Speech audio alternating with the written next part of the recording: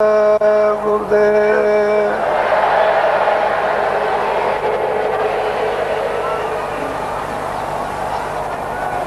जय गुरुदेव।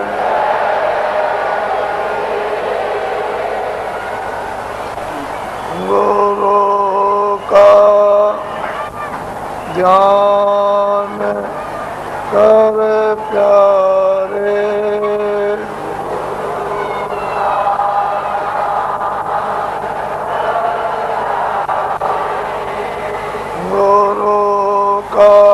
ध्यान कर प्यारे।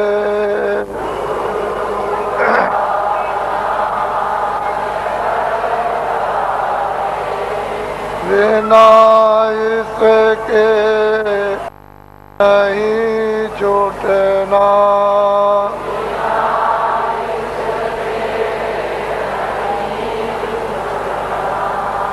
नाम के रंग में रंग जा,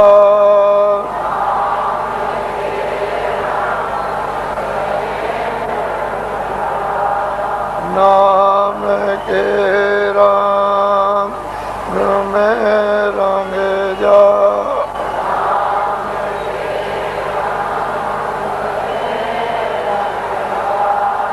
मिले तो धाम निज अपना,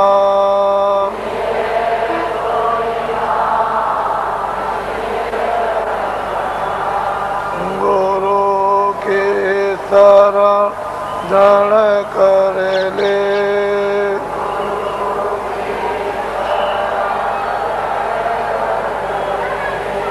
गुरु के शरण कर ले।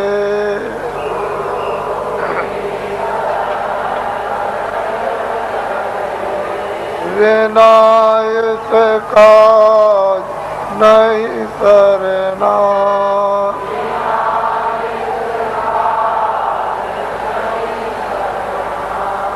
लोभ और मान क्यों चाहे,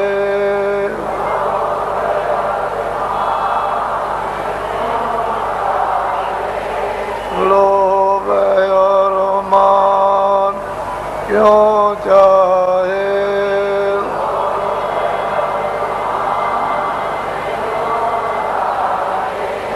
पड़ेगा फिर तुझे देना,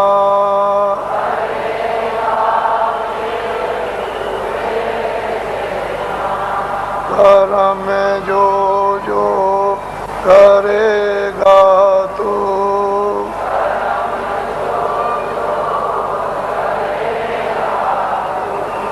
कर्म में जो जो करेगा तू,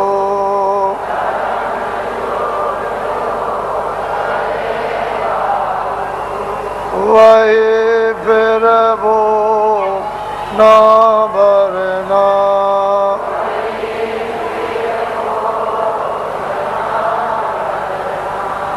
जगत के जाल पे ज्यों त्यों,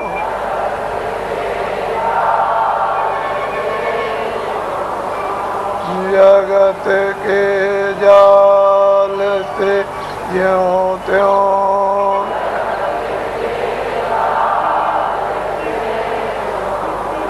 हटो मर्दान गी करना,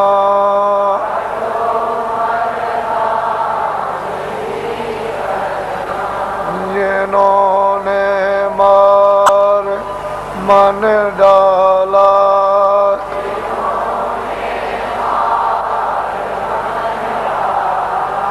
जिन्होंने मार मन डाला,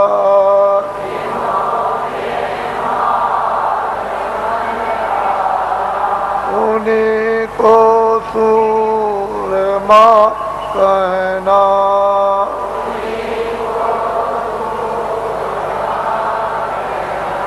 बड़ा बैरी ये मन गठों में,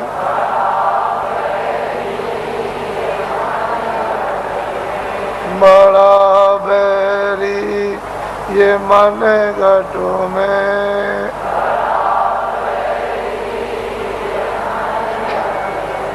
किसी का जीत ना कठिनाई,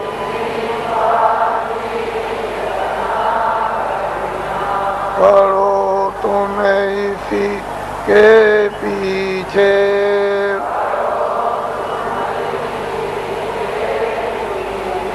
पढ़ो तुम्हें इसी के पीछे,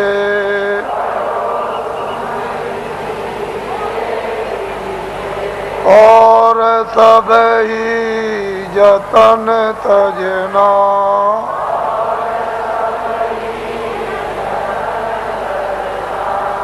गुरु का ध्यान कर प्यारे,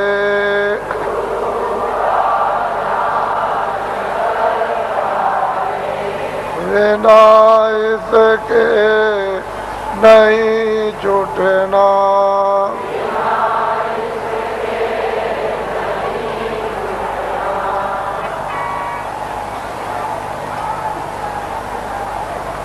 जय गुरुदेव, जय गुरुदेव, जय गुरुदेव,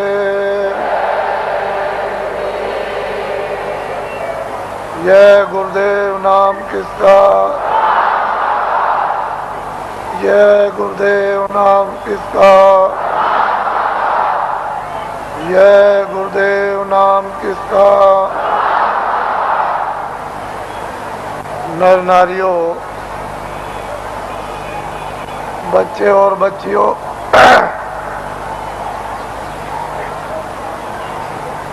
लोग अपने अपने गृहस्थ आश्रम में जब संसार का सब अनुभव बच्चों का, भाइयों का, माता पिता का, पत्नी और पति का जब गृहस्थ आश्रम में अनुभव कर लेते थे तो अंत में मोह ममता को त्यागने के लिए लोग अपनी आखिरी आयु का, उम्र का एक हिस्सा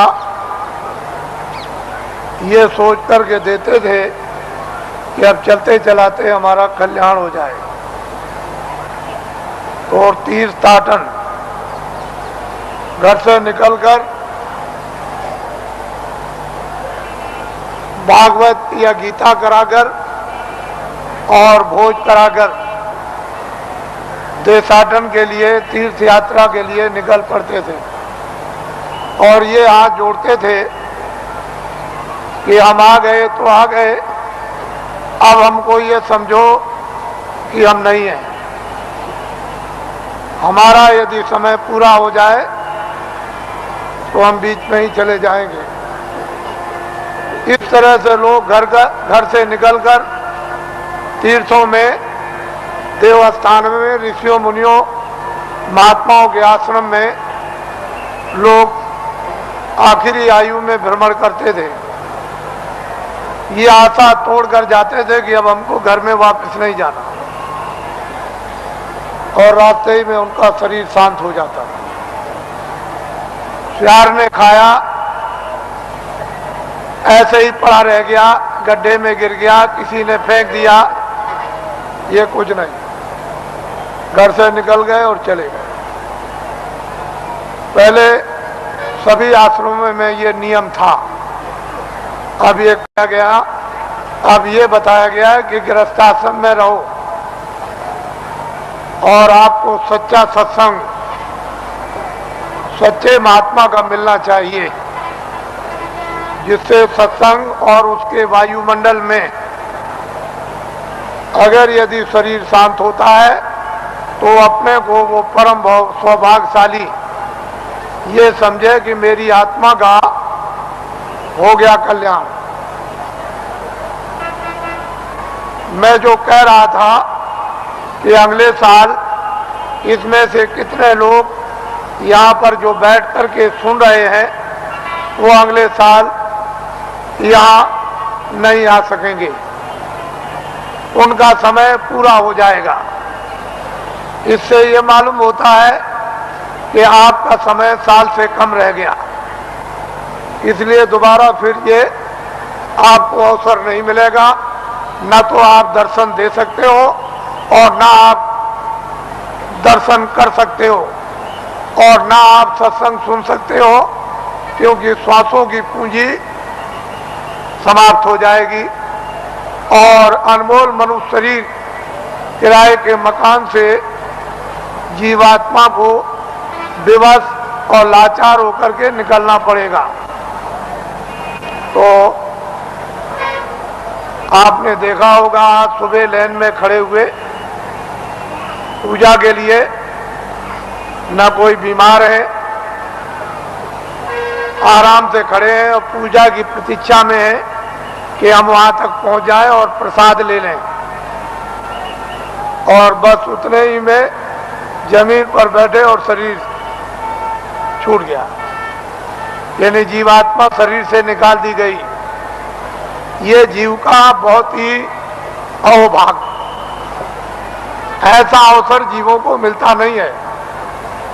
ऐसे वायुमंडल में, ऐसी देखरेख में, ऐसे संकल्प में, ऐसे संदेश में, मालिक की याद में, उसकी पूजा में अगर श्वासों की पूंजी समाप्त हो जाती है और शरीर से जाना पड़े तो उसकी संभाल हो जाती है, वो जीव इधर उधर नहीं जा सकता। महात्माओं को मालूम है कि ये जीव कहाँ जाएगा और इसका हिसाब किताब कहाँ पर होगा, वो पूरा उनको मालूम है। जिस तरह से खुली आंखों से आप हमको देखते हो बाहर की शरीर की आंखों से, और मैं आपको देखता हूँ, इसी तरह से अंतर्ज्ञान दृष्टि के द्वारा वो सब कुछ दिखाई देता है कि जीव इधर से जैसे ले जाए जाते हैं वो कैसे जा रहे और कहाँ इनका हिसाब होता है, ये महात्माओं को सब मालूम।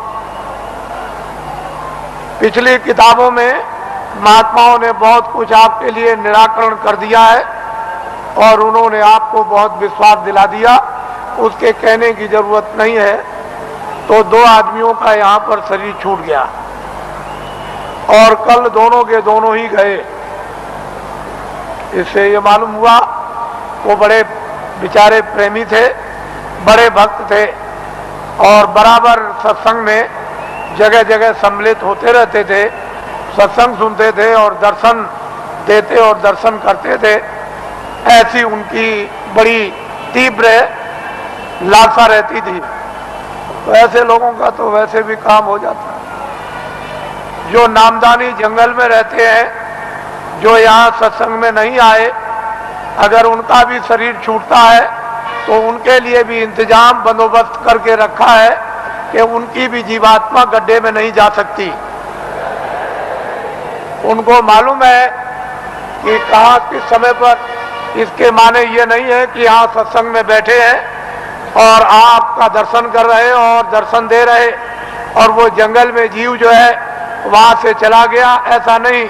उन्होंने पहले ही से इंतजाम करके पूरा रखा है और उनको मालूम रहता है कि जीव यहाँ से नामदानी जा रहा, उसका इंतजाम कर दिया, उसके कर्मानुसार, उसकी साधना अनुसार, फिर तुरंत शीघ्र देर कुछ नहीं लगती, मिनटों का भी काम नहीं, और उसको ये फिर मनुष्य जन्म दिलवा दिया जाता।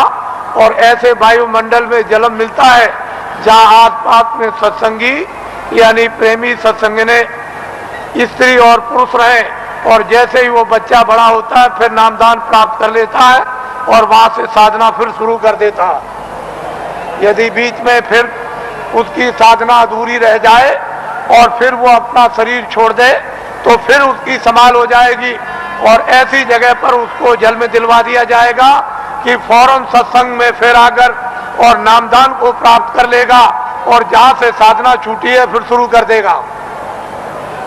वहां तक के लिए उसको कोई मुश्किल नहीं पड़ेगी। वो आनंद फानन एकदम तत्क्षण बताते ही उसका काम होगा और आगे उसके लिए थोड़ी मेहनत करनी है। इस तरह से जीवों की नामदान देने के बाद संभाल हर तरह से होती रहती है, बशर्ते यह है कि आप कोई बुरा काम न करें, किसी का आप कत्ल न करें, हिंसा न करें, कोई चोरी न करें, डकैती न करें, अमानवीय काम न करें। जहां तक हो जाए तहां तक सूझ समझ से इन सब चीजों से बचे रहे, और जो गंदगी आपके पास में जमा है वो जल्दी से उसको उतार दिया जाएगा। लेकिन जब आप गलती कर लोगे और तुम ये नहीं समझोगे कि मालिक देख रहा और जितने नामदान दिया है वो देख रहा, तुम उसको और मालिक को अंधा समझोगे तो वो कर्म जमा हो जाएगा और उसकी आपको सजा मिल जाएगी। फिर आप रोओगे, चिल्लाओगे। हर तरह से यानी जीवों की संभाल होती है। ये बहुत ऊंचा संदेश और ऊंचा विज्ञान है। ये छोटी मोटी चीज नहीं है। उनको सब मालूम है कि जीवात्माएं कैसे उतरती हैं और कैसे चढ़ती हैं और मनुष्य शरीर में कैसे डाली जाती हैं और किस तरह से निकाली जाती हैं। फिर ये किन किन योनियों में इनके जाने का हिसाब होता है और उनके तार यानी उनकी डोरियां किस किस तरह की हैं और कौन कौन सी डोरी किस किस योनि में, 84 में या नरकों में या भिन्न भिन्न अलग अलग नरकों में, 4 खानों में, 84 लक्ष्योनियों में, ये महात्माओं को सब जैसे आईने के सामने खड़े हो जाओ ऐसे दिखाई देता है। लेकिन अब ये जरूर है कि जब तुम्हारी आंख खराब हो गई तो आप ऐसा समझते हो कि सब अंधे हैं, किसी के आंख होगी ही नहीं, कोई दुनिया को देखता ही नहीं होगा। लेकिन जिसके आंख है वो तो कहता है सूरज है, चंद्रमा है, ये मकान दिखाई देता है, ये जमीन दिखाई देती है। पर सूर आदमी को क्या होगा, उसको क्या दिखाई देगा? इसलिए जगत अंधा हो गया है और बहरा हो गया। वो महात्माओं को पहचान नहीं पाता, समझ नहीं पाता, उसके पास समझने की बुद्धि नहीं और आंख अंधी हो गई तो कैसे पहचाने? कहीं अगर उसको हाथ में आंख हो गई होती, वो दिव्य नेत्र ज्ञान चक्षु खुल गया होता, तब तो उस नूर में, उस प्रकाश में पहचान लेता। तो हिंदुओं और मुसलमानों और सिखों और ईसाइयों, ये जाति दौलत, ये जन्म जात की संपत्ति महात्मा फकीरों के पास सबकी है। जो भी इच्छा करे, हिंदू, मुसलमान, सिख, ईसाई, वो महात्माओं के पास जाकर के इस दौलत को ले आए, इस संपत्ति को ले ले। ये सबकी है, किसी एक की नहीं है। और जो इसमें भाव भक्ति करेगा उसको ये दौलत मिल जाएगी। भक्ति नाम किसका है? आज्ञा का पालन, और कोई भक्ति नहीं। भक्ति नाम कोई तस्वीर देखने का नहीं। तुमने मंदिर में मूर्त देख ली तो इसका नाम भक्ति नहीं, या तुमने गाना गा लिया, कोई प्रार्थना कर ली, इसका नाम भक्ति नहीं। जो महापुरुष आदेश दे उसका तुम पालन प्यार से करो, इसको कहते हैं भक्ति। यह है भक्ति।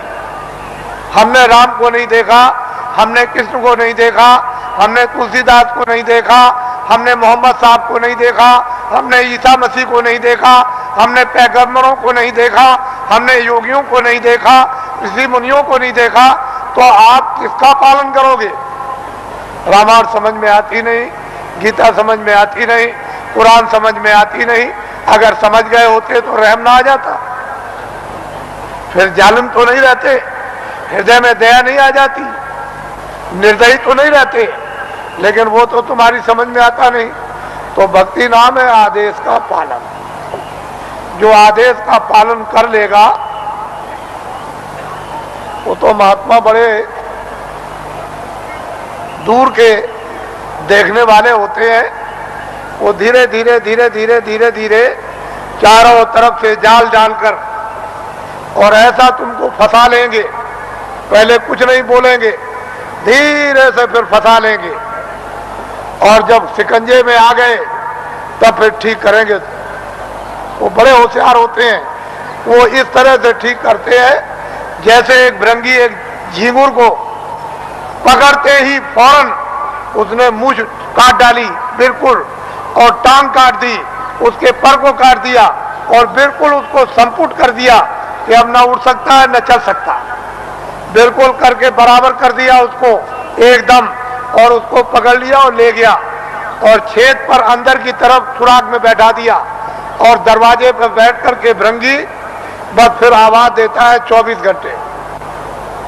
जब उसने भृंगी ने आवाज दिया 24 घंटे के अंदर, तो उसने अपनी सारी शक्ति को झींगुर में भर दिया, तो पर भी जमे आए, उसके पैर भी जमे आए, उसकी मूछें भी जमे आई, और बस 24 घंटे के बाद जो निकला तो फौरन उसने दूसरे को पकड़ा और उसको संपुट कर दिया।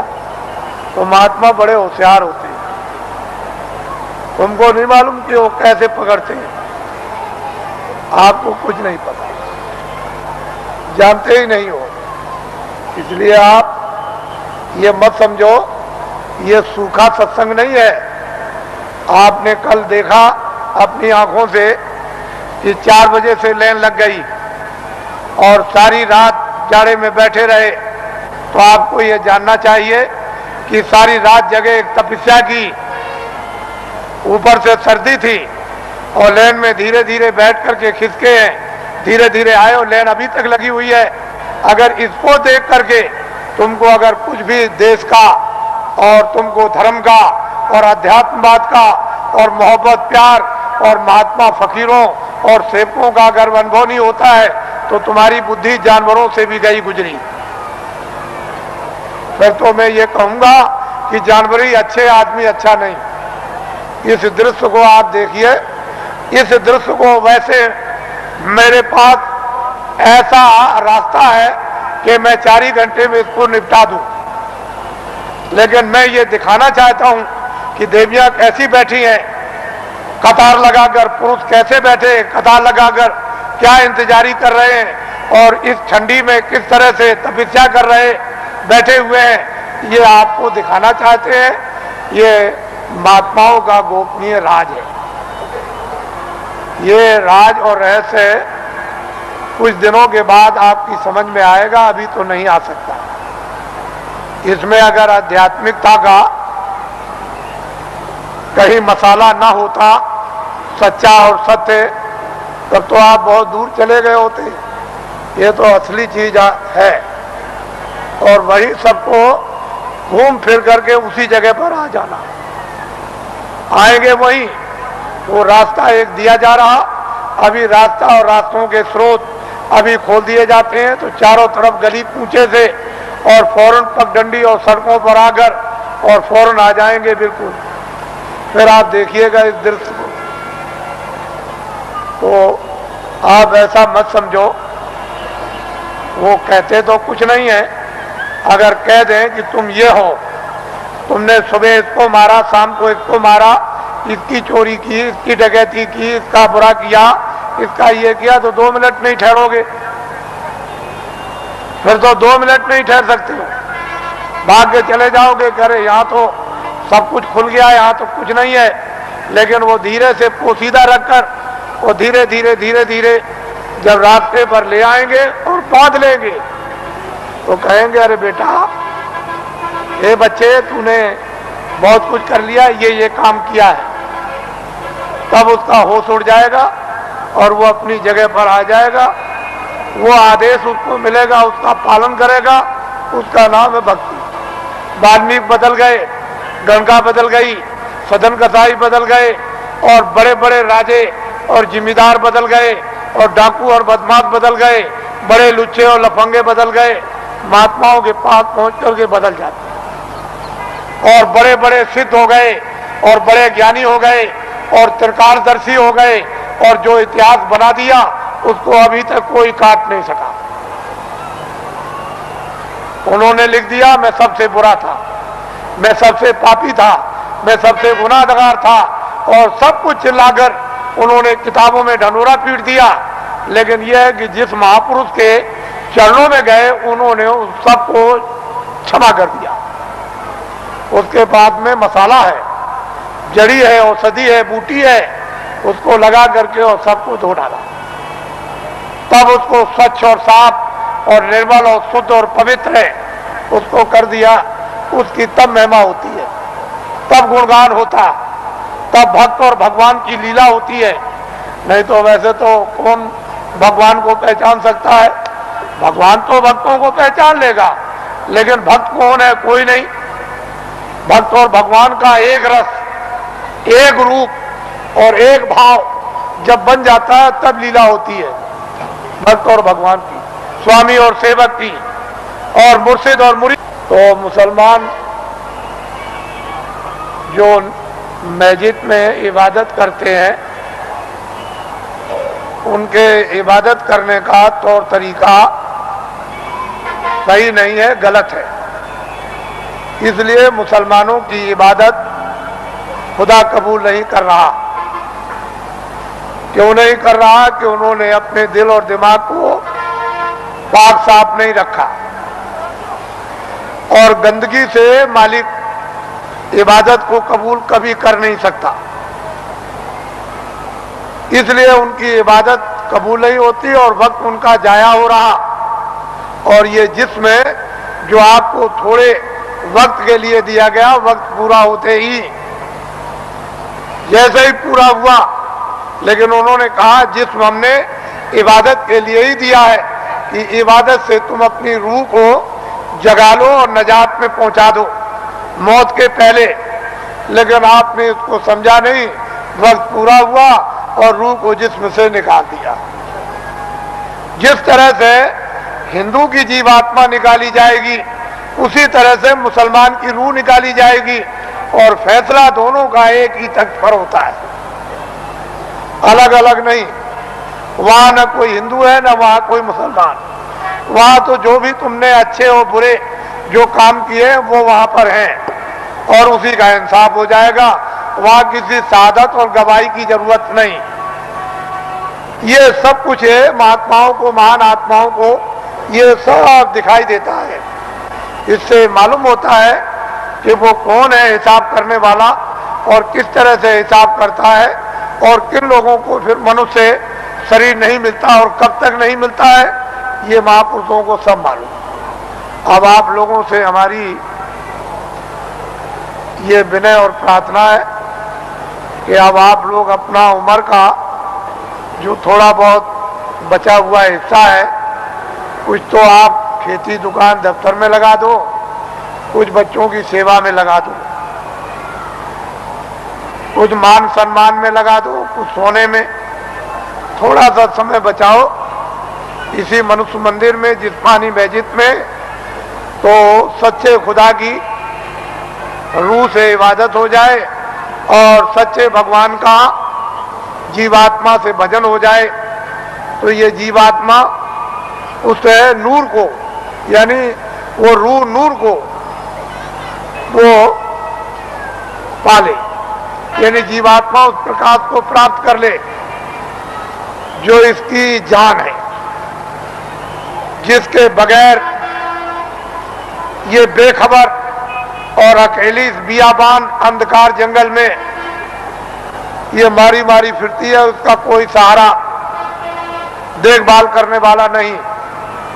इतना काम तुम करोगे बचा हुआ थोड़ा समय, बाकी जो जो आदेश आपको मिलता जाए 23 घंटे के अंदर 1 घंटा तो आप रिजर्व कर लो कि 10 मिनट सुबह, 10 मिनट शाम को, 10 मिनट दोपहर में, 10 मिनट दोपहर बाद और 10 मिनट अर्ध रात बाद। इस तरह से 1 घंटा तो रिजर्व कर लो, बचा करके रख लो, और 23 घंटे के लिए जितना जितना आदेश मिले, दफ्तर के लिए, दुकान के लिए और खेतों के लिए और बच्चों की सेवा के लिए, आए गए मेहमान के लिए और सोने के लिए और स्नान करने के लिए, अस्पताल में जाने के लिए, जितना आपको आदेश मिल जाए वो तो आप इसकी हिफाजत कर लो। इसमें बैठी जीवात्मा, उसकी भी हिफाजत कर लो।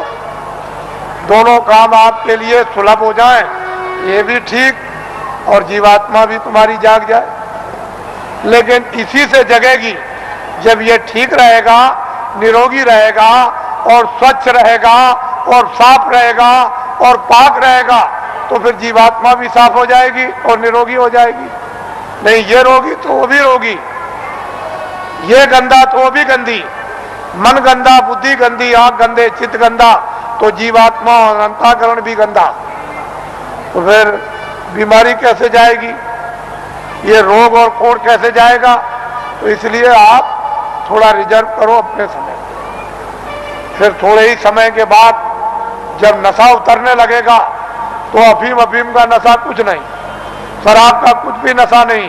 ये वो नशा है कि एक बार पी लो तो फिर कभी चढ़ी उतरती नहीं है। मेरे पास बहुत से लोग आते हैं और बड़े बड़े प्रलोभन दिए कि चलो आप ही को प्रधानमंत्री बना देंगे। अरे मैंने कि चलो, तुम एक प्रधानमंत्री नहीं, लाखों और करोड़ों, उसकी भी जरूरत नहीं है। वो तो कूड़ा कचरा है।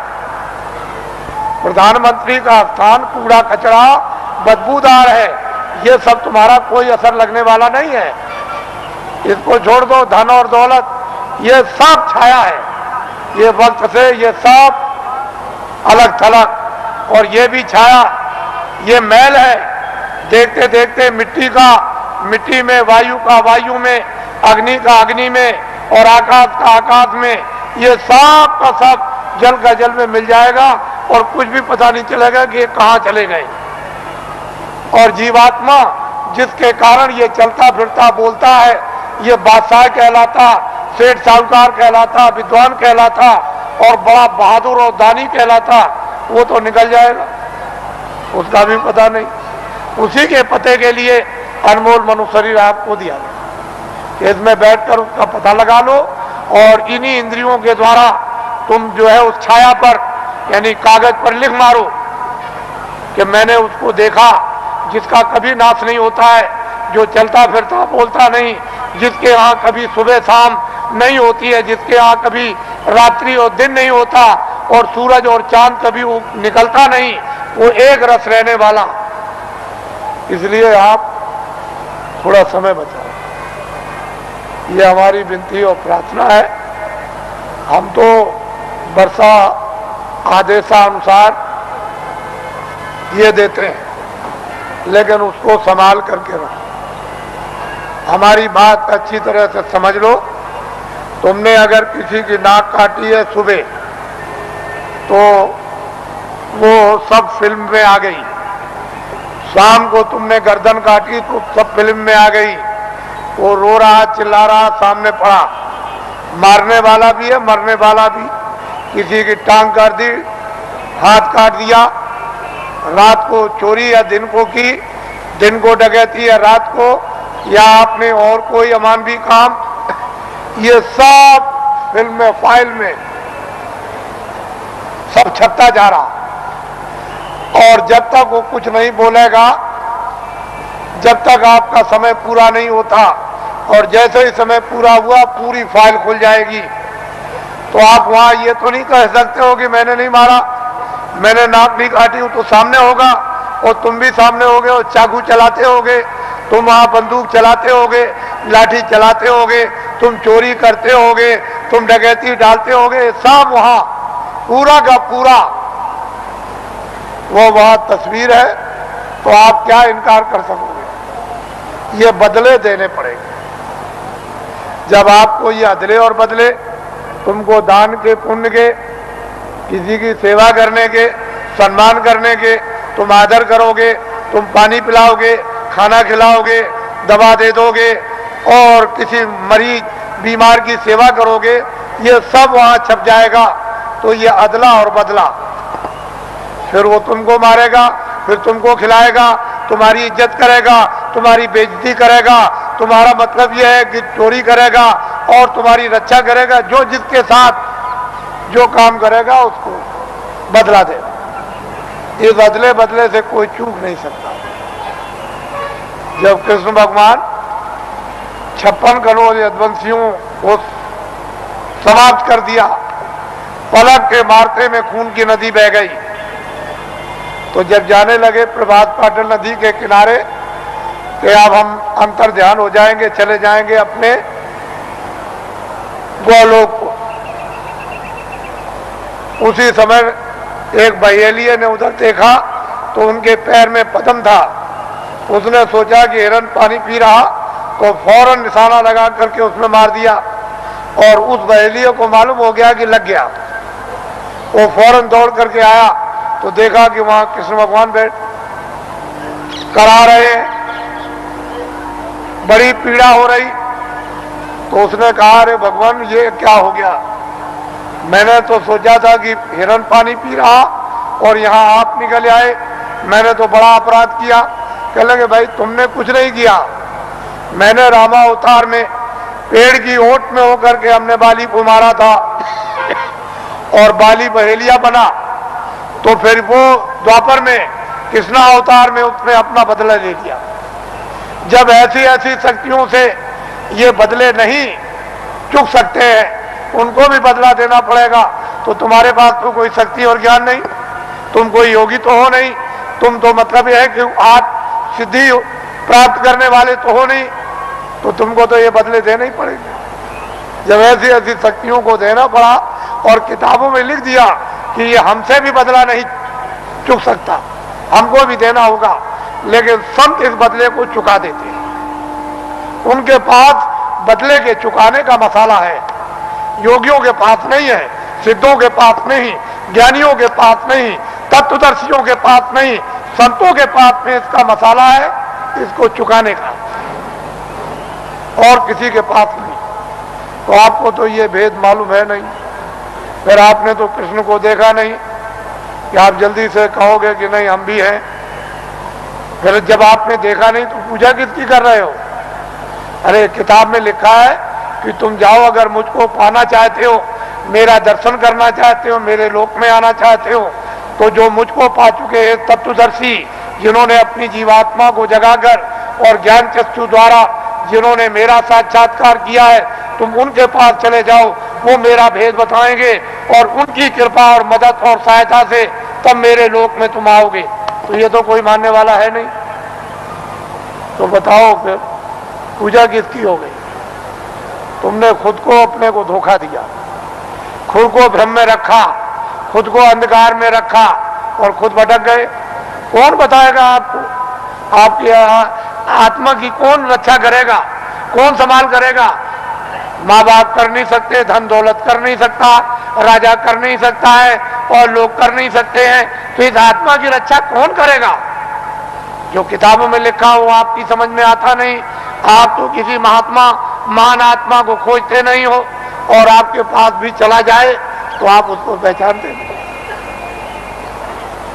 इसलिए ये दिन ऐसे बुरे आए कि महान आत्माओं की बड़ी अवहेलना हुई, बड़ा तिरस्कार हुआ, बड़ी गाली गलौज, बड़ा उनका अपमान हुआ, बड़े शब्द भद्दे शब्दों से प्रयोग किया गया। लेकिन हमारा देश तो ऋषि मुनियों का, साधु संतों और योगियों का देश है। फिर पीछे आपको अपनी जबान गंदी करोगे, मैली करोगे, पीछे पश्चाताप करना होगा। इसलिए सोच समझ के शब्द निकालो। तुम सब कुछ करते हो दुनिया में, लेकिन संतों महात्माओं के प्रति संभाल कर शब्द निकालो, ऐसे नहीं। तो इसलिए वो मनुष्य है जो अपनी जबान को संभाल करके रखते हैं और धीरज रखकर विवेक से काम लेते हैं, बुद्धि का उपयोग करते हैं। लेकिन बुद्धि ही नष्ट हो गई हो और बुद्धि पर पागलपन का असर आ गया हो, जहर फैल गया हो, तो बुद्धि बेचारी क्या करेगी? वो क्या समझेगी? भूत का, भविष्य का, वर्तमान का, योगियों का, महात्माओं का, आत्माओं का, ज्ञान का, विज्ञान का, उसकी समझ में क्या आएगा? तो इसलिए समुद्र भरा है आपके मनुष्य मंदिर में, और महात्मा ये सब कर्मों को चुका देते हैं। कहीं सेवा कराकर, पानी पिलाकर, कहीं दवा दिलवाकर, कहीं रोटी खिलवाकर, कहीं झाड़ू लगवाकर, कहीं रात बता करके रास्ते में खड़ा करके, कहीं बैठा कर सर्दी में, कभी गर्मी में, ये धीरे से यानी कर्मों को चुका देते हैं। उनके पास में रास्ते हैं चुकाने के, और अदला बदला जब चुका दिया तो वह छुट्टी पा गए। जब तक तुम अदले बदले नहीं दे सकते हो, तब तक कोई भी जीव काल के देश से, ये नरकों से 84 से कभी छुटकारा पा ही नहीं सकता। तो महात्माओं के यहाँ भात भात के रास्ते चुकाने के हैं, वो जरा से काम से चुका देते। उसको भी बुला लिया, उसको भी बुला लिया, मद्रास से भी बुला लिया, हिमाचल से भी बुला लिया, जंगल से भी बुला लिया, शहर से भी बुला लिया, हिंदू को भी बुला लिया, मुसलमान को और सिख को भी बुला लिया, और गरीब को भी बुला लिया और अमीर को भी बुला लिया और बुला करके बस एक दूसरे की सेवा करा देते हैं, सेवा दिलवा देते हैं और कर्मों को चुका देते हैं कि भाई अब कर्म चुक गया। तुमने नहीं सुना कि सेठ साहूकार जब कर्जा बांटते हैं और कर्जदार जब देने के लायक नहीं होता तो अंत में सेठ साहूकार कहते हैं अच्छा जो तू दे सकता है मूल दे दे। तो कह लगे सेठ जी हम इतना दे सकते हैं, हमारे पास सामर्थ्य नहीं।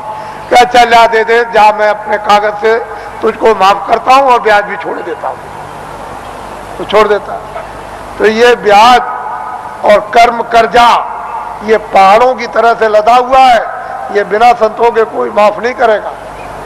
इसको हमेशा इस बात के लिए जब थोड़े दिनों के बाद जब ये विद्या प्राप्त होगी लोगों को तो स्वयं लोगों को अनुभव होने लगता है कि कर्म कर्जा बिना संतों के मैं ब्याज के ये चुक नहीं सकता।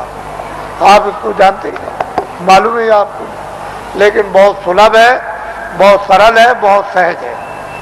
तो इसलिए ये स्थान है जो आपको कल और परसों बताए गए। इन स्थानों पर ईश्वर और ब्रह्म और पार ब्रह्म और महाकाल पुरुष बैठे हुए हैं। इन्होंने अपने देवी और देवताओं को अपने मतलब ये कारगुजार बड़े बड़े पदाधिकारियों को अपने अपने लोक में इन्होंने स्थापित कर रखा है और वो सब काम करते रहते हैं। जैसे ब्रह्मा विष्णु महादेव और पार्वती लक्ष्मी और सावित्री, और इन्होंने अपने अपने और लोगों को काम दे दिया और आद्या महाशक्ति ने इनको काम दे दिया और निरंजन भगवान ने एक आद्या महाशक्ति का लोक बनाया जिसमें इतना बड़ा लोक है कि मृत्यु लोक से ज्यादा बड़ा स्वर्ग और स्वर्ग से ज्यादा बड़ा बैकुंठ और बैकुंठ से बहुत बड़ा शक्ति लोक। उस शक्ति लोक में स्त्रियां राज करती हैं। पुरुष स्वरूप का यानी पुरुष रूप का और पुरुष की शकल का नाम और निशान नहीं है। वह सारी की सारी स्त्रियों का राज उस मंडल में उसको कौन पार कर सकता है, किसकी सामर्थ्य है। उसके बाद निरंजन भगवान का जो धाम है वो तो मतलब है कितना बड़ा, तो कितना बड़ा। उसके ऊपर फिर माया का देश है, वहां माया ही माया है। वहां पुरुष का कहीं भी नाम निशान उस बड़े इतने बड़े जितने कितने माया के लोग हैं उसमें कहीं भी कोई पुरुष नहीं दिखाई देता। और फिर ब्रह्मधाम, आपको तो ये राज मालूम है। तो इसकी साधना दोनों आंखों के पीछे जो जीवात्मा बैठी है और ऊपर से आवाज आ रही है लेकिन कान तुम्हारे बंद हो गए और तुम जुग जुग से यानी कितने कल्प बीत गए जब से आए तब से सो गए। कोई तुमको महापुरुष, कोई योगी, कोई सिद्ध पुरुष तुमको जगाने के लिए मनुष्य मंदिर में मिला नहीं कि तुम्हारी जीवात्मा को घाट पर बैठाल के जगा दे। अब ये वक्त और समय आ रहा, हम उस तरह का सब माहौल तैयार किए देते हैं। जब सब चीज तैयार हो जाएगी, खरपतवार जब तैयार हो जाएगा और वो गीला ना हो, सूख जाएगा, तो बस ऐसे माचिस लगाई तो वो ज्ञान रूपी जब माचिस लगेगी तो भक पेट्रोल की तरह से भक आग लग जाएगी। तो जल भून करके तुम्हारे सब पाप भस्म। इसको कहते हैं ज्ञान रूपी अग्नि। ये जब प्रज्वलित होगी तब देखिए आप क्या होता है। तो हम तो ये वो दिन आपको बताना चाहते हैं कि स्त्रियां भी और पुरुष भी यहीं से बैठकर दिन में काम करेंगे और रोज स्वर्ग में जाएंगे, बैकुंठ में जाएंगे, उधर देवी देवताओं का दर्शन करेंगे और वहां ब्रह्मा विष्णु महादेव उनका भी दर्शन करेंगे और उसके ऊपर भी जाएंगे और रोज लौट करके चले आएंगे और खेती भी करेंगे, दुकान और दफ्तर का भी काम करेंगे और शाम को बच्चों की सेवा और बैठ जाएंगे और फिर निकल जाएंगे। बड़े ध्यान से आप सुनिए, ये आसक्त रहित ये परिवार होगा। जैसे राजा जनक थे, उनको राजकाज आदेश का पालन करना था, उसको कोई मोह ममता नहीं थी, निर्लेप थे, जिसको कहते हैं विधेय। कोई आसक्ति ना हो उनको, उसको विधेय। उनकी जीवात्मा जाग गई। हम उस चीज की आपको तैयारी करके धीरे धीरे उसी तरफ जा रहे हैं। ये तैयारी हो जाए और इतनी प्यास लगेगी कि तुमसे उस समय यह कहा जाएगा कि तुम लोग प्रधानमंत्री बन जाओ, तुम मुख्यमंत्री बन जाओ, ले तुम राजा बन जाओ और तुम ये बन जाओ, तो तुम फौरन फेंकोगे कि हमको नहीं बनना, की जरूरत हमको नहीं, हमसे ये काम नहीं हो सकता। अरे भाई वो चीज तो कुछ और है, तो यहां मरे जा रहे हो वैसे ही बेमतलब। अरे महात्माओं के पास आकर के कुछ काम करो तो कुछ काम भी हो जाए, महात्माओं के आदेश का पालन करो, दुनिया सब समझ में आ जाए, गृहस्थ आश्रम भी, समाज भी और देश भी समझ में आ जाए और तुम सब लोग निर्लेप रहो और शरीर का, परिवार का, सब तरह का क्षणिक सुख भी ले लो और आत्मा को जगा करके सच्चा आनंद प्राप्त कर लो। असली काम क्यों नहीं, नकली में फंसे फंसे फंसे फंसे। और ये जो नशे चढ़ा रखे आपने, एक नशा, कितने नशे तुमने चढ़ा रखे, और नशों को जो आपने चढ़ा रखा तो किस तरह से तुम बदहोश हो, होश ही नहीं, कुछ होश नहीं है। तो इसलिए आप थोड़ा सा समझ से काम लो, बुद्धि से, और जाग करके संदेश सुनो, सो करके मत सुनो। वही मनुष्य है जो जाग करके सुनता और फिर वो अमल करता है। जैसे वस्त्र पहन लिया तो ठंडी दूर हो जाएगी, गर्मी दूर हो जाएगी, बरसात की हवा नहीं लगेगी, लेकिन जब तुम उस वस्त्र का अमल ही नहीं करोगे, वस्त्र पहनोगे नहीं, शील, क्षमा, संतोष, विरय, विवेक, ये एक वस्त्र है जो पहन लिया जाता है, तो काम, क्रोध, लोभ, मोह, अहंकार पता नहीं किधर चले गए। अभी आपने इसका वस्त्र पहना तो आपको क्या मालूम होगा कि वस्त्र कपड़ा कैसा होता है। तो आप लोग आज, क्योंकि बहुत से लोग सुबह भी आ गए, रात को भी, नामदान तो कल हुआ था, यह नामदान सर्वोपरि दान है। इसको ऐसा मत समझिए, वक्त और समय आएगा तो लोग बहुत भटकेंगे इसके लिए।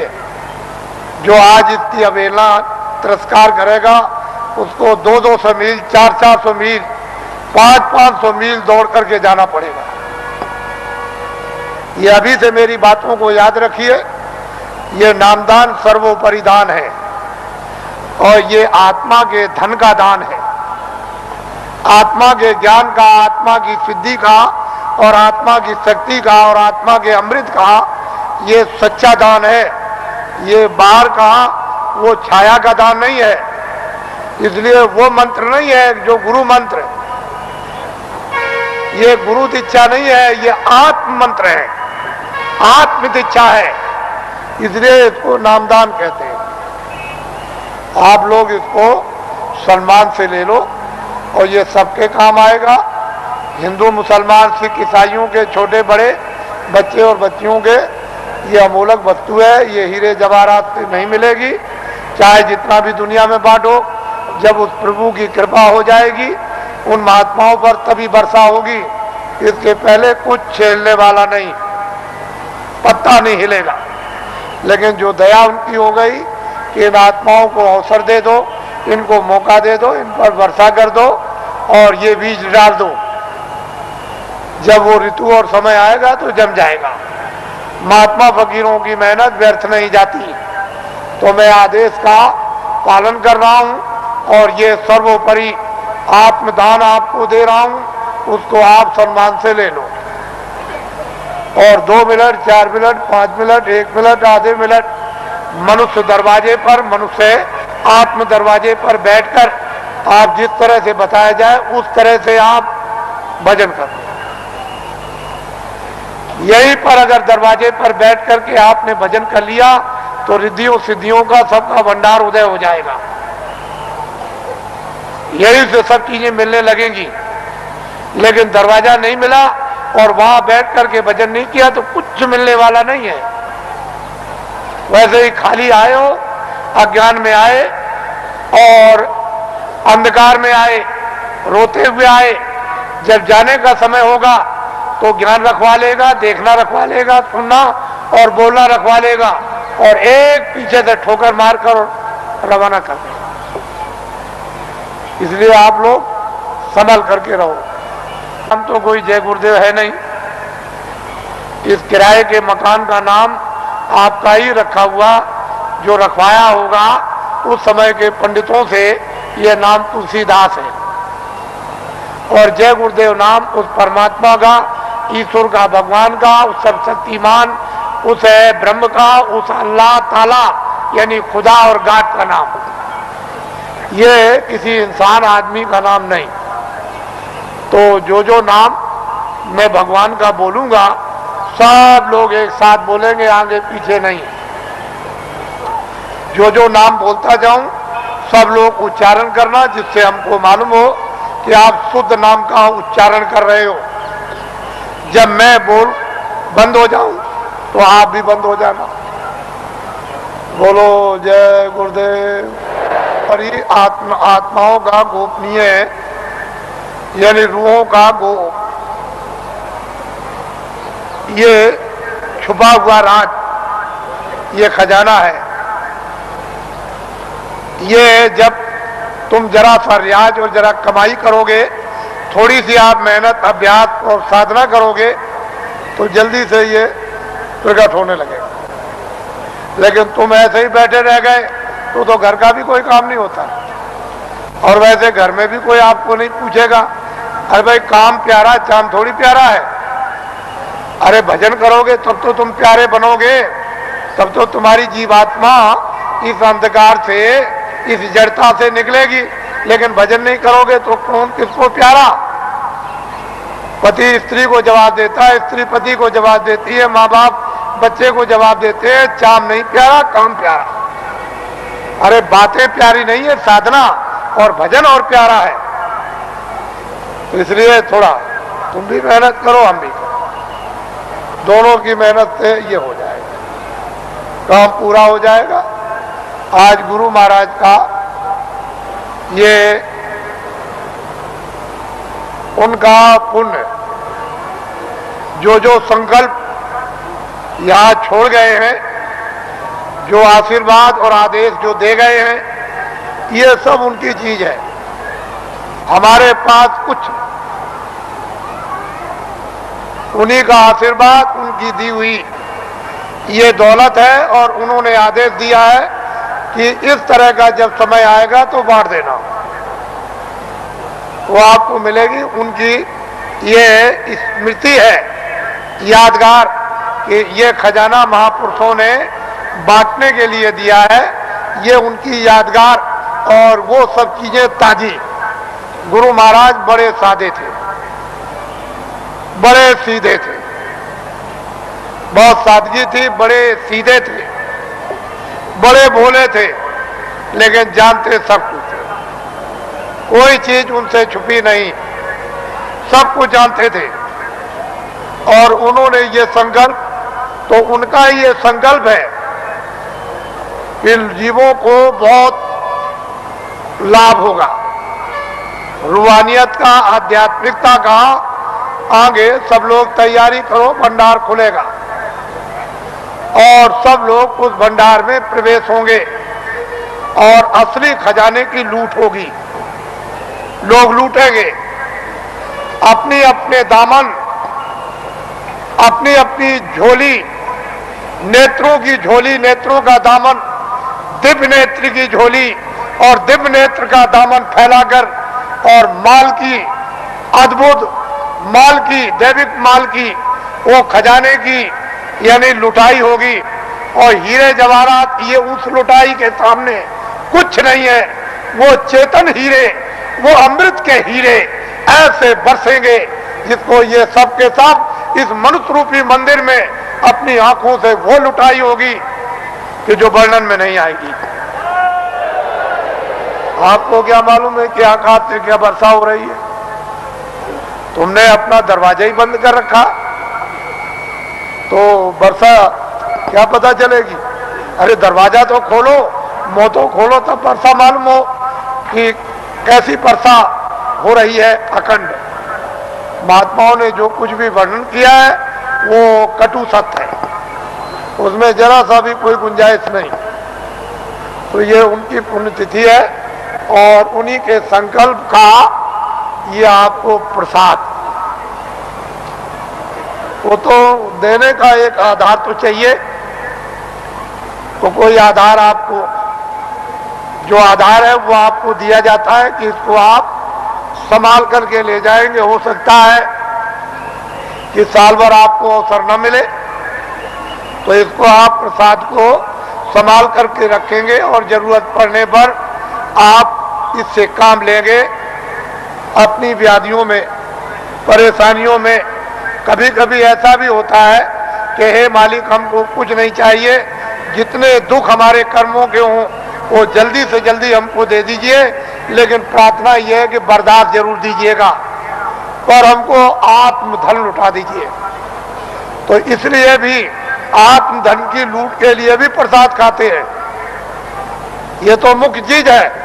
लेकिन कभी कभी तरह तरह के कष्ट, तरह तरह की परेशानियां, तरह तरह की हैरानियां परिवार में, बीमारियां परिवार में, बच्चों में और बच्चियों में, पत्नी में और पति में, भाइयों में, माँ में, पिता में, अड़ोसी में, पड़ोसी में, जात में, बिरदारी में, समाज में, दफ्तरों में और राज में और इसमें और उसमें, ये तरह तरह की जो बीमारियां, जो रोग लग गए हैं, उनके लिए भी लाभदायक।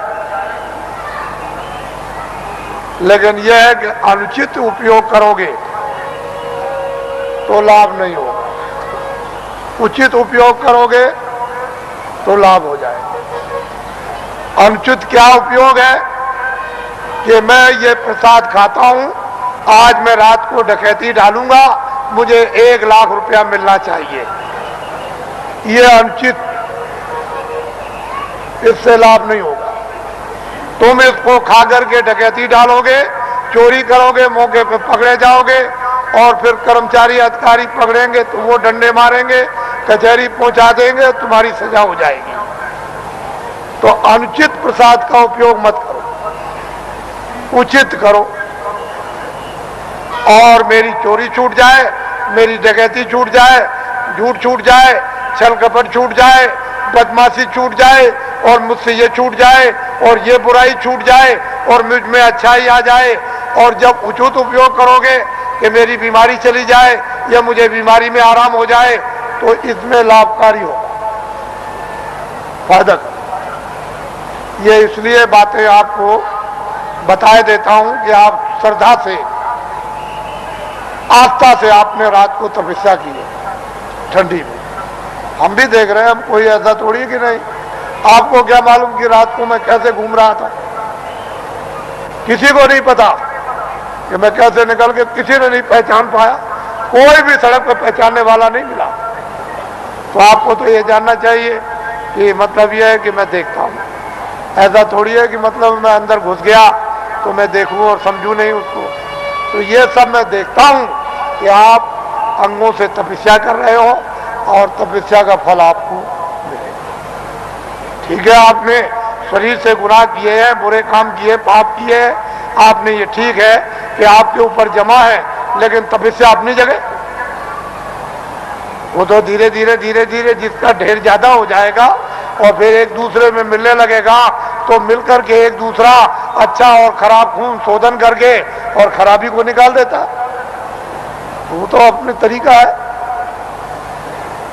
लेकिन यह है कि तपस्या तो तपस्या ही है। तो आपको मैं और कुछ नहीं कहूँगा, क्योंकि ये गुरु महाराज की ये विशेष कृपा और दया यादगार दिन है। आज मैं आपके सामने नामदानी देकर इसको समाप्त करूँगा। ये लोग जो अभी प्रसाद ले रहे हैं वो उसी तरह से, यानी प्रसाद को ले लें, अच्छा रहेगा और वो उनके लिए जरूरी है। ठीक है, आप इधर आओगे तो ठीक है, लेकिन वो भी संकल्प ही किया, यानी दया मांगी हुई है। तो जब दया मांगी हुई है और वो एक आपके लिए सुलभ है, तो आप क्यों इधर उधर यानी हाथ पैर पीठ पटकते हो? जो चीज मिल रही उसको तो पहले ले लो, और कुछ मिल जाएगी वो भी ले लेना। अरे भाई, इसके माने ये थोड़ी है कि अगर कोई 10 दे तो 10 भी ले लो, और कोई ये दे दे तो और भी ले लो, कोई एक दवा दे दे तो वो ले लो, और कोई उससे भी अच्छी दे दे उसको भी ले लो। तो ऐसा क्यों कि बस हम नहीं लेंगे? अरे रोग तो रोग ही है, बीमारी तो बीमारी, भूल भटक तो गुरुदेव। घर जाओ आप, फिर आप मेरी बात को सुन लें। दाएं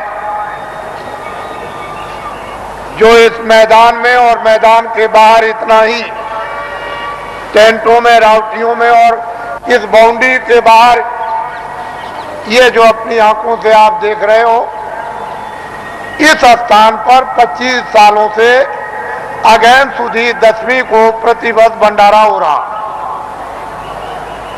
प्रत्येक बरस 25 साल से हो रहा। कितने साल से? इसको आप लोग याद करके रखिए। ये सारी जमीनों के हमारे पास दस्तावेज है। हमने इन जमीनों को उस समय पर खरीदा है जब 150 रुपए एकड़ जमीन हमको यहां मिली। इस जमीन की कोई भी पूछ किसी तरह की नहीं थी। 200 रुपए एकड़, 400 रुपए एकड़, 500 रुपए एकड़, यानी 100 डिसमिल का एक एकड़ होता है। तब की हमारी जमीन, यानी हमने इसको 64 में लिया था। 25 सालों से भंडारा हो रहा। जहां इतना बड़ा जन समुदाय मानव बात को समझने के लिए, इस देश की संस्कृति को समझने के लिए और मोहब्बत और प्यार को जानने के लिए, राष्ट्र और मानव की सेवा खिदमत करने के लिए जिस स्थान पर इतनी बड़ी शिक्षा दी जाती हो और सभी जनहितों के काम जितने हो वो सब किए जाते हो, तो आप लोग बुद्धिमानी से काम लो। इसमें आप लोग अपनी भावनाओं का सहयोग दो कि जनहितों के काम लोक परलोक के और भी अच्छे हों। जब आपकी भावनाओं का सहयोग मिलेगा तो मालिक की आप पर भी दया होगी और मालिक की दया का शक्तिपात आप पर भी होगा और बुद्धि जगेगी तो आपको जस मिलेगा, आपकी कीर्ति होगी। और आपको क्या चाहिए? किसी को देश में सात्विक जस उसकी कीर्ति हो, इससे इस लोक में और कौन सा सौभाग्य प्राप्त होगा? लेकिन 25 सालों से हो रहा। एक स्थान पर मथुरा वृंदावन में किसी भी आश्रम में इतना आदमी नहीं आता। आप देख रहे हो कल नगर दर्शन फेरी, आप सब लोग सभी प्रांतों से आए हुए नगर दर्शन फेरी में पद यात्रा करेंगे, पैदल चलेंगे और जितने भी लोग कतारों से बाहर होंगे, जो सेवादार जो कतारों से बाहर चलेंगे बच्चों की संभाल के लिए, यानी उससे अलग होकर वो तो कुछ है बोल सकते हैं, बाकी जो बीच में सबके सब चलेंगे वो सारा का सारा यानी नगर दर्शन फेरी के लिए मौन होकर के जाएगा, मौन बोलेगा नहीं। विश्राम घाट तक, यहां से चलकर विश्राम घाट तक, जहां हिंदुस्तान का मथुरा का एक विश्राम घाट स्थान बहुत प्रसिद्ध है, उस घाट तक सारा का सारा नगर दर्शन फेरी के लिए मौन पद यात्रा करेगा। सभी नर नारी जो उसमें होंगे सीधे चलेंगे, जो थोड़े से सेवा करने वालों के अतिरिक्त है, यानी वो लोग बोल सकते हैं, किसी को कुछ समझा सकते हैं, लेकिन आप मौन। हमारे कर्मचारी अधिकारियों की किसी भी व्यवस्था में कोई बाधा नहीं जिससे कि इनका नाम बदनाम ना हो। मौन आप चलेंगे। फिर इस बात को सुन लें, जो भरी हुई सड़क जाएगी उससे जो किनारे किनारे होंगे वही कुछ ही चंद लोग मतलब आस पास में कुछ कह सकते हैं। कोई पूछे तो बहुत मीठी जबान में बोलेंगे और उतनी बात कहेंगे जितनी जरूरत। बाकी सारा का सारा नगर दर्शन फेरी के लिए पूरा का पूरा ये जन समुदाय मौन होकर के जाएगा। कैसे जाओगे? कैसे जाओगे? विश्राम घाट तक। कहां तक? विश्राम घाट पर मौन टूट जाएगा। फिर कोई भी कुछ पूछे या विश्राम घाट के आगे निकल जाओ तब भी आपका मौन टूट जाएगा। फिर मौन रखने की जरूरत नहीं है। आगे जैसे ही विश्राम घाट की तरफ जाओ और द्वारकाधीश मंदिर की तरफ बढ़ो, बस अपने मौन को छोड़ दो। लेकिन विश्राम घाट तक आपका मौन रहेगा। वहां जाकर के आपका मौन टूट जाएगा और कोई भी नगर में दर्शन करो, पूछे, कुछ कहो, कुछ पूछो, ये फिर सब कर सकते हैं। और वही आपको छोड़ दिया जाएगा, जिससे कि आप मंदिरों में या और मतलब यह है कि दर्शन घाटों पर या और भी मतलब यह है, ये सब अच्छी तरह से दर्शन ये करें। कोई दान, कोई पुण्य, कोई ये, कोई वो, कोई हाथ जोड़े, कोई नमस्कार, ये सब उसी को करो कि ये सब उसी का रूप है। ये जितना भी ये सब छाया है और इसमें होकर के उसकी तरफ देखो, मालिक की तरफ। सुबह घंटी बजेगी और ये माइक बोलेगा, आप लोग जल्दी जल्दी तैयार होंगे और 6 बजे बड़ा समुदाय बाहर सड़क पर आ जाएगा। और फिर यहाँ जैसे ही सूरज निकलने को हुआ प्रकाश, बस यहाँ से चल देगा। आगे आगे चलेंगे और उसके पीछे सब लोग जाएंगे और हम अपने जो भी हमारे विद्वान हैं, पंडित, पुजारी, ब्राह्मण, वो सब आ जाएं और यहाँ से हमारे साथ चलें। जैसे कि आप ही की मंत्रणा से ये सब नगर दर्शन फेरी में जाएंगे। और मैं ये बताऊंगा कि ये हमारे जो विद्वान, जो धर्म के बड़ी आवाज लगाते हैं, पंडा महाराज जी, ये हमको लिए जा रहे हैं। हम सब लोगों को ये हम बताएंगे वहां, आपको घबराने की क्या बात है। अरे हमको तो, हमको, इनको, सबको कोई ले जाए, लेकिन सही रास्ते की तरफ तो ले चलो, गलत रास्ते की तरफ तो। बोलो जय गुरुदेव। ठहर जाइए, आइए आप। ये हमारे ये चतुर्वेदी समाज के अध्यक्ष हैं। जब हमारी यात्रा आई थी, जब त्रिवेणी संगम पर जब समापन हुआ था और जब मथुरा में आए तो ये मोहली गांव जो 1 किलोमीटर दूर है, वहां बड़ा कार्यक्रम हुआ। और फिर इनके ऊंचे धर्म स्थान पर जो गंगा के उस पार में है, एक बहुत बड़ा कार्यक्रम हुआ और इनकी प्रेरणा से तमाम लोग कुछ समय पर गए और सब लोग वहां सबने आकर गंगा के उस पार में दर्शन दिए। ये धर्म के अवतार हैं और चतुर्वेदी के हमारे अध्यक्ष और हमारे भी अध्यक्ष, हमारे भी अध्यक्ष। बोलो जय गुरुदेव। ये मधुबन है, मधुबन, ये मधुबन है। 84 कोस की यात्रा यहीं से होती है और यहाँ से जो यात्रा नहीं करेगा उसकी यात्रा कभी पूरी 84 कोस की मानी नहीं जाती है। ये मधुबन है जहाँ आप विराजमान हो। ये छोटी चीज नहीं, कल सुबह प्रातः काल आ जाएंगे और आगे आगे आप करेंगे।